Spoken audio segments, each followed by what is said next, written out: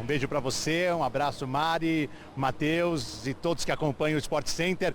Vou dar uma informação para esse jogo contra o Grêmio, dia 8. Sabe que o São Paulo precisa, o que o Dorival precisa? De dinheiro, Glaucia.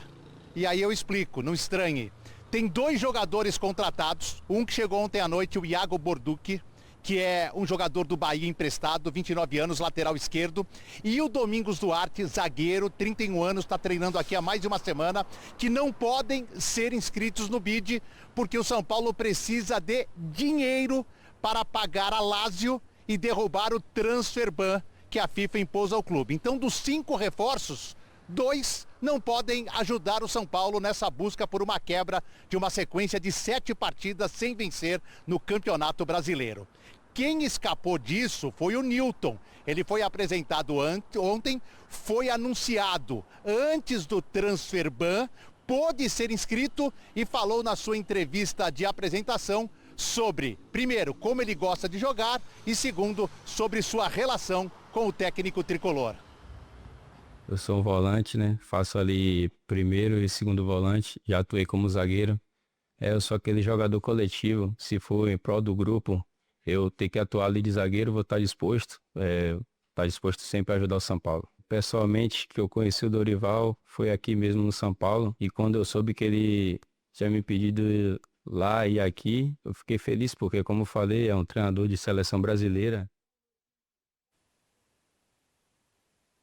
Bem, a chegada do Newton e essa apresentação, além da recuperação do Bobadilla, anima o técnico Dorival para ter esses 2 jogadores à disposição dia 8 contra o Grêmio. Aliás, o Grêmio, que hoje pode, se passar pelo Bolívar, ser também o adversário do São Paulo na Copa Sul-Americana, na fase de 8avas de final.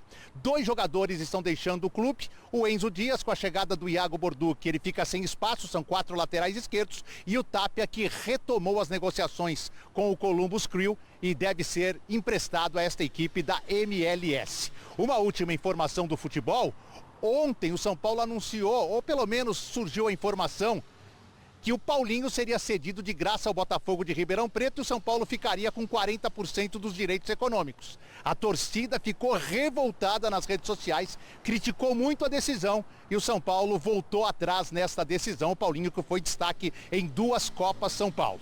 Para fechar na área política, Júlio Casares, ex-presidente, apresentou ontem uma carta de renúncia ao conselho e de renúncia ao quadro associativo do clube.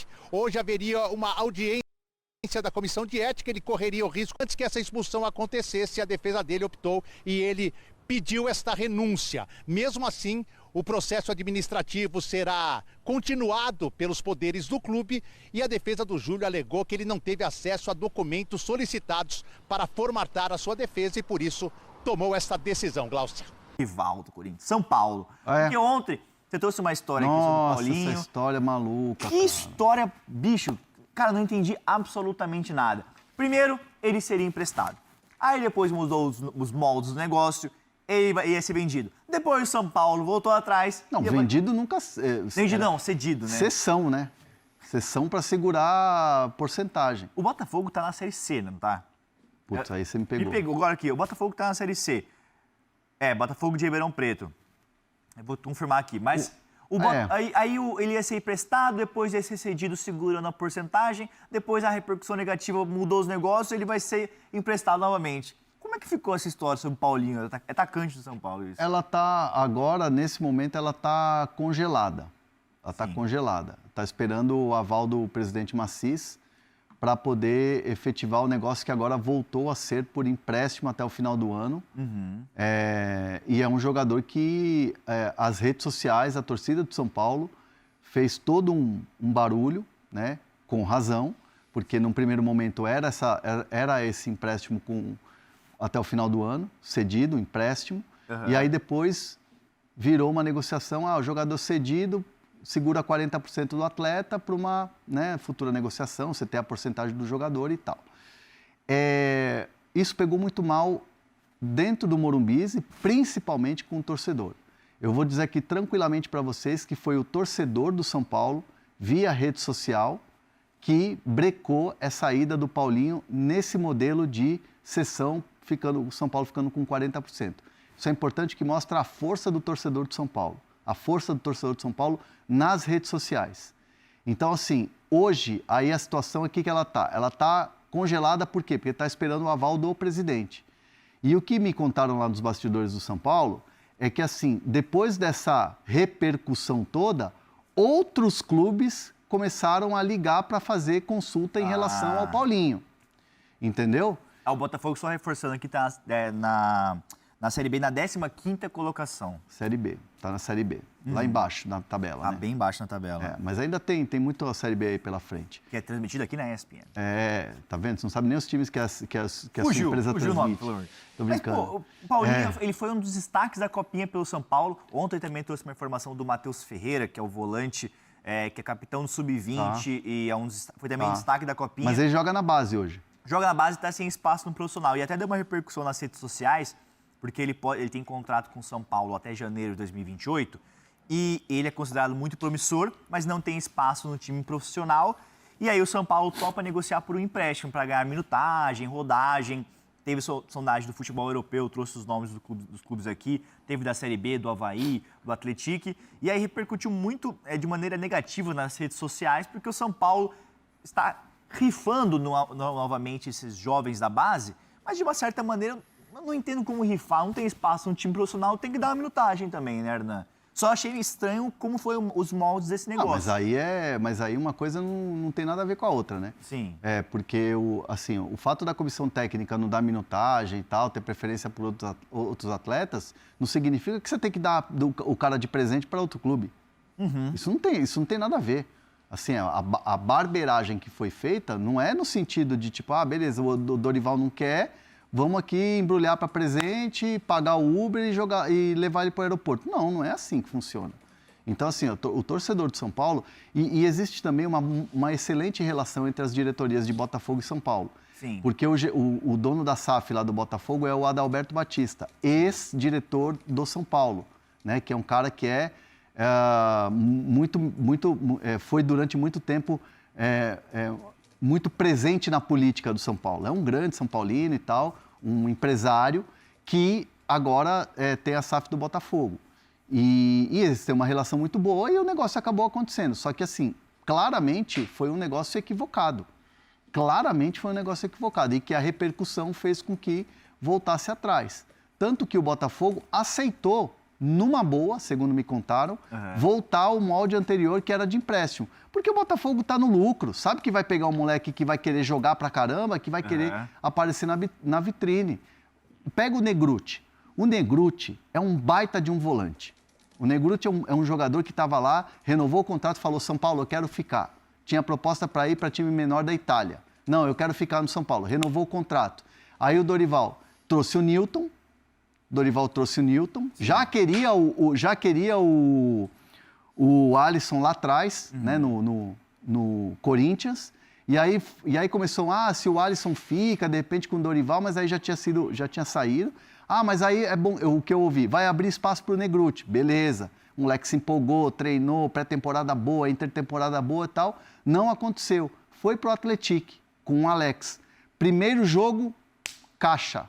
Já fez um golaço, inclusive. Sim, foi golaço. Então, assim, esses moleques que estão lá no São Paulo, e aí um exemplo ótimo que temos em Portugal, William Gomes, arrebentando. Então, assim, o treinador também tem que fazer uma gestão de elenco gigante, tem as preferências de jogador mais experiente, aquela coisa toda. Na hora H, também ele tem que se cercar de jogadores experientes, porque sobra muitas vezes no treinador. Então, assim, é difícil você gerir um elenco. E aí, mas o que não pode acontecer é simplesmente falar, porque o Dorival não vai usar, dá de presente. Você tem que fazer bons negócios, você tem que saber a vitrine. O Atlético é uma vitrine pro Negrutti, muito boa. E vai ter um técnico que conhece ele, né? E é empréstimo gratuito, beleza, no final do ano ele volta. E se o Atlético subir para a Série A, quiser um projeto maior, tiver uma grana, compra. E aí você faz um dinheiro. Sim. Então, assim, a gestão, muitas vezes, ela toma decisões que o torcedor não entende. E o torcedor está na razão de chegar lá na rede social e meter pressão. E, nesse caso, foi um exemplo clássico de que a pressão da torcida fez o negócio virar. Até sobre esse caso do Negrutti, do Matheus Ferreira, que são volantes de muito potencial, depois que a gente soltou essas informações, os torcedores do São Paulo até invadiram as minhas redes sociais e falaram assim, Pô, contratou o Newton e ao invés de apostar na base, sabe? Ia pagar caro num jogador do Botafogo que não se firmou tanto no Glorioso, ao invés de dar uma oportunidade para o Matheus Ferreira, um Negruti da vida. Então é isso que foi a crítica também. Eu entendo o torcedor também no seu lado, né, Hernan? O torcedor de São Paulo tá de saco cheio, essa é a real. Saco cheio, né? Tá de saco cheio, cara. Tá de saco cheio dessas coisas, assim. Uhum. Aí ontem tá mantida, tá, a questão do conselho lá, tá, para expulsão do conselho do Casares. Porque assim, aí ele abriu mão do cargo, né? Sim. Para tentar fugir. Essa é a verdade. Estou falando aqui o português, claro, para fugir da punição. Mas tá mantida a reunião, a votação e tudo mais, e ele, meteu o pé. Então, assim, o torcedor de São Paulo tá de saco cheio das notícias que vêm da política do São Paulo. Tá de saco cheio de algumas decisões que tomam em relação a alguns atletas. Então, assim, o torcedor do São Paulo está na razão. Hoje, qualquer coisa que você vai querer discutir com o torcedor de São Paulo, o torcedor de São Paulo está na razão, porque os caras estão de saco cheio. É muita pataquada. Página policial, jogador que vai e não vai. O Domingos Duarte 3, 4, 5 vezes para vir, para não vir. Agora tem o transfer ban. Aí não joga no Morumbis. Cara, beleza, fez um ótimo jogo contra o Flamengo, tá no caminho certo. Eu entendo que o trabalho do Dorival, e pelo que eu ouço muito, conversando com as pessoas do clube e conversando com gente da comissão técnica, o trabalho é bom, o trabalho está sendo desenvolvido e ele vai engrenar uma hora. Só que assim, o pacote São Paulo é muito pesado para o torcedor. E os caras têm razão. Então São Paulo precisa blindar o CT, precisa blindar os jogadores e ter paz para poder trabalhar para ter o resultado dentro de campo. Porque só o resultado dentro de campo vai fazer com que o torcedor não fique nesse veneno que está. Porque não aguenta mais, está de saco cheio aí dessas notícias aí, dessas pataquadas todas que acontecem no São Paulo, velho. Os anos de glória acabam não sendo esquecidos, mas manchados por uma gestão que foi incompetente, como a última gestão de São Paulo. Gestões, viu? Eu coloco no plural. No plural, né? Gestões. Ô, Bruno Andrade, vamos falar agora sobre Carlos Vinícius no Grêmio. Boa, Daqui a pouquinho